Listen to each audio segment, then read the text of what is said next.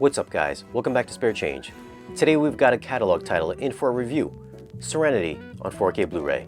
I won't get into any plot details, but rather discuss the video and audio quality. But first, let's do this unboxing.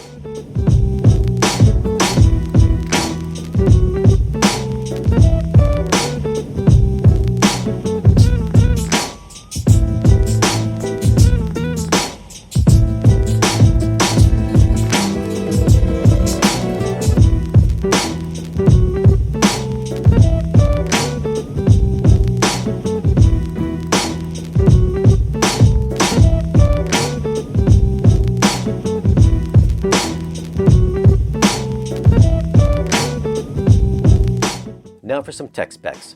This movie was released in 2005. It was shot on 35mm. It has a 2K DI. Runtime is 119 minutes. It's PG-13. Aspect ratio is 235:1.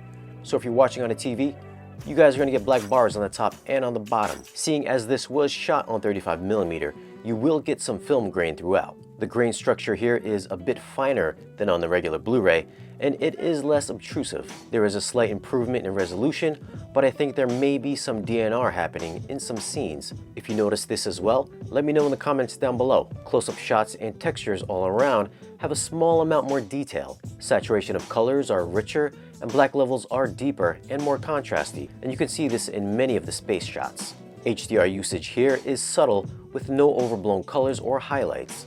A standout scene to check out would be the space battle in Chapter 15. You'll get bright flashes from explosions to the deep black levels of space.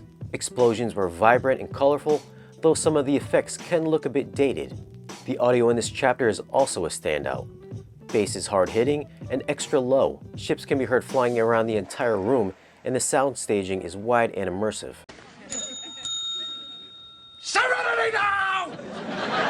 The audio here is remixed in DTS-X, and it's pretty much a stunner. I wasn't expecting this type of immersive mix from a movie this old.